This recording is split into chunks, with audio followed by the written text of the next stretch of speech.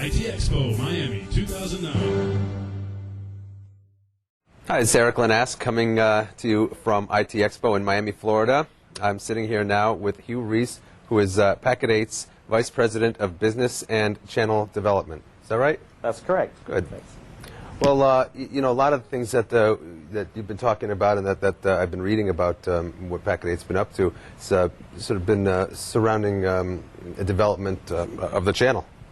That's right. I think you know, this is for us that we're not really in this at IT Expo East this year. We're not really releasing any new products and services.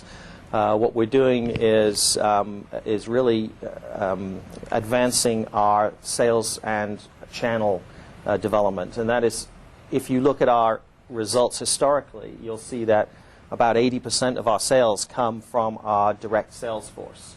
That's fine. That's how we built the services that we've been selling, the virtual office services.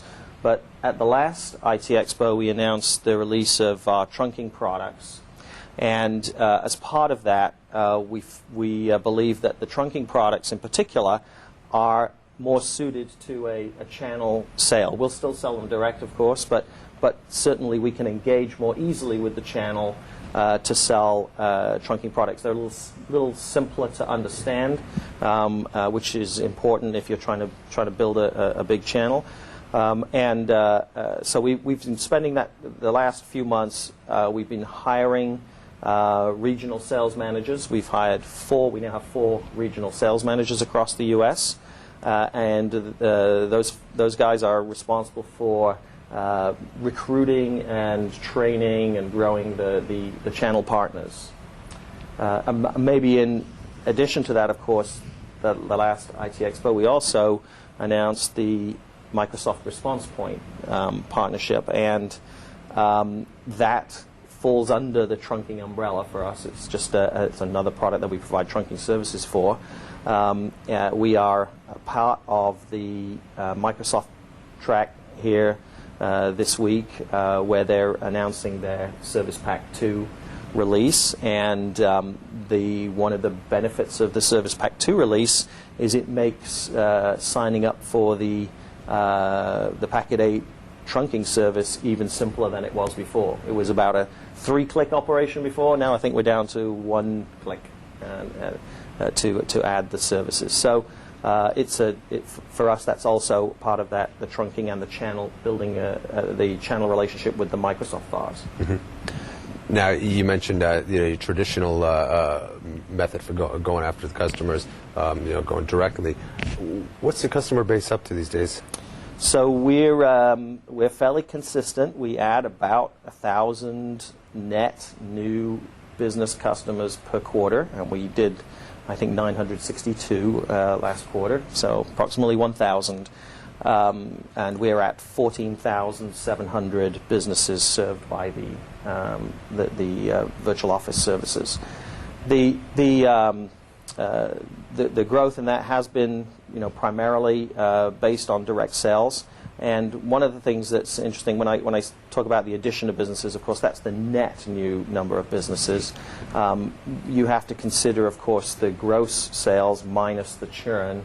And I think one of the things that people have been concerned about, certainly in the investment community, has been a concern that maybe we'd see higher churn because of the macroeconomic conditions. We have, obviously, we're in a recession, maybe fairly severe recession, and I think we were also a little concerned that we would see increased churn because of that, because of the people struggling financially, basically, small businesses struggling financially.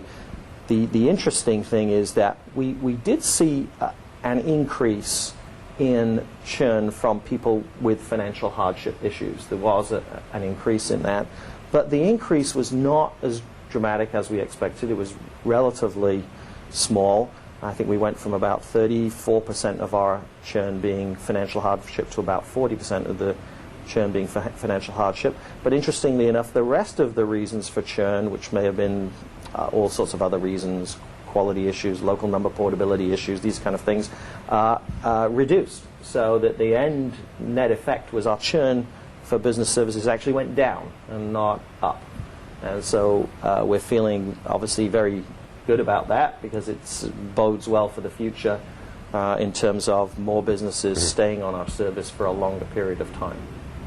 Well, I think that's one of the things that when I recently spoke with Brian, that he made very clear that you're very confident in your ability to be able to make it through this recession, regardless of how long it lasts.